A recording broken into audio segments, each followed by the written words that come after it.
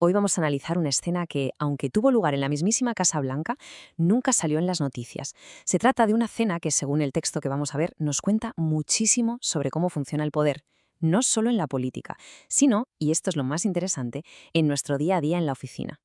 Imaginen la escena, una cena con el presidente. Y sentados a la mesa, ni más ni menos que los directores ejecutivos de OpenAI, Apple y Meta.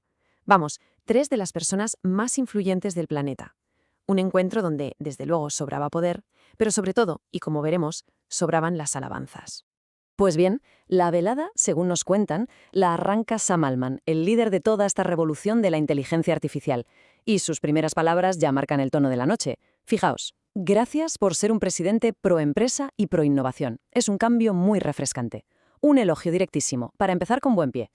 Claro, el siguiente en hablar es Tim Cook, el jefe de Apple, que no se iba a quedar atrás. Se suma a los agradecimientos. Gracias por marcar el tono para que invirtamos. Y gracias a la primera dama por centrarse en la educación. Más flores para el anfitrión. Y para rematar, llega Mark Zuckerberg, de Meta, que no solo pone palabras, sino que pone sobre la mesa una promesa económica, bueno, monumental. Vamos a invertir 600.000 millones en Estados Unidos hasta 2028. Casi nada. La guinda perfecta para una noche de halagos. El autor del texto nos describe una atmósfera que parece casi de película.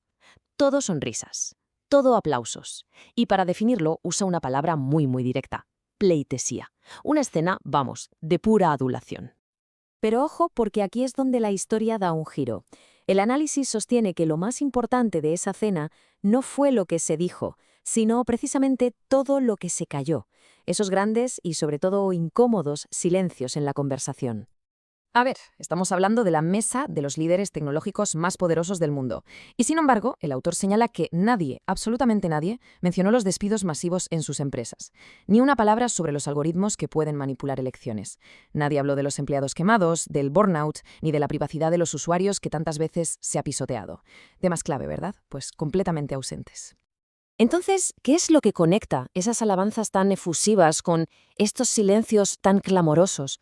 Pues, según el texto que analizamos, todo se resume en un concepto muy antiguo: la pleitesía, ese acto de reverencia, de sumisión ante el poder, que al final anula cualquier tipo de crítica o de verdad incómoda. Y aquí viene lo bueno. El autor usa esta cena de élite como si fuera un espejo, un reflejo, dice, de lo que pasa todos los días en un entorno que conocemos mucho mejor, una oficina cualquiera. La nuestra, la de al lado, cualquiera.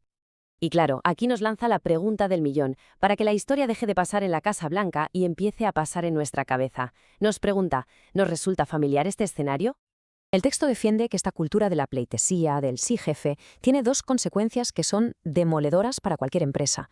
Por un lado, ¿quiénes ascienden? Los aduladores. Y por otro, ¿qué pasa con el talento de verdad, con la gente que aporta? Pues que acaba quemada y se marcha la competencia. Para que lo veamos más claro, el texto nos pone ejemplos que son muy reconocibles. Pensemos, ¿quién no conoce a ese compañero o compañera que en realidad no aporta gran cosa, pero que de alguna manera siempre sale en la foto? ¿O ese jefe o jefa que prefiere a gente leal que no cuestione nada antes que a gente que piense por sí misma? La conclusión del autor es bastante dura. Considera que este problema es casi una epidemia en el mundo corporativo. Hay demasiadas cenas como esa, demasiados silencios cómodos para no molestar.